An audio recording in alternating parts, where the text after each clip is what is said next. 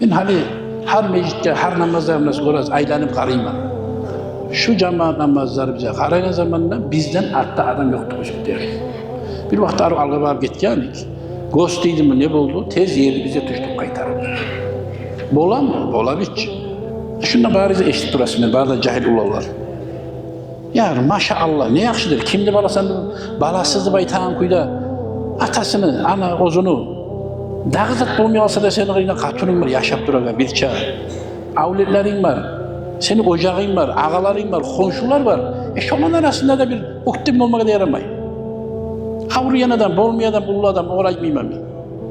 Şu namaz çakırıp duramıyorsa şu yakta yere oturuyorlar bula. Bir şu yakta oturuyorlar bula. Girip namazda kılıp kayıt etmek ne geri yaramayız. Ama şu zatımız bizim bek osal biz olurlar. Ben ne bilemem onu, siz de biraz. Şunu eti bola biz mi? Bola biz. Ne gerekmiyor biz? Nafsimiz koymayı. Şeytan koymayı, şunda barma diye. Barsan şu payda bola. 25 derece, 27 derece artık bolarken namaz. Allahu Akbar. Uyda kıl seni şu zamanı getir şu 15-20 minut. Şundan kıl seni getir şu 15-20 minut. Dünyada uyda namaz kılanmanı baytan adamda ne başkalığı var? Arabaya yürüyen abatına sevap yazdılar. Cemaat namazı, cuma namazı yemek.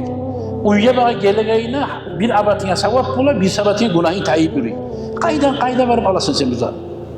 Biz varıp lakatka ondan buna cila yerler bize barabız, cemaat namazdan bek barabız. Şöyle şöyle sevap bula mı? Günahı biz de yap.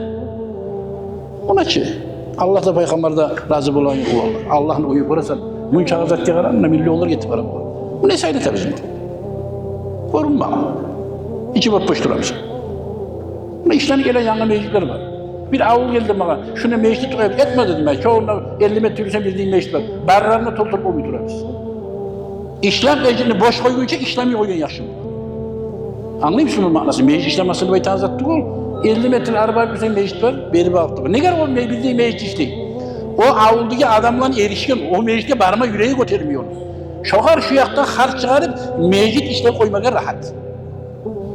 Bildiğinden de kurşu kaydamsa da akça tarafı yoğundan ayrıgından buna bizim de var meclisimiz. Şurayı meclis bulalım şurayı. Erişim üstüne meclis bulalım. Meclisçe Allah'ın uyu, göz yaşta turup Allah men eniş tup eksiz kulun Allah seni uyuya gele turman Allah'ım. Şu nas yüreklerim Allah bana rahmet etmez bununla Allah'ım. Şu meclisin içine girip kolda getirip atasına anasına kozgar namaz artı bola aldı bola dueti betinesi bir çıkanla git bulalım. İtim postamarını söyleyip anlayın inşallah anlamazlar var. Allah tavuk versin. Vesselamu aleykum ve rahmetullah.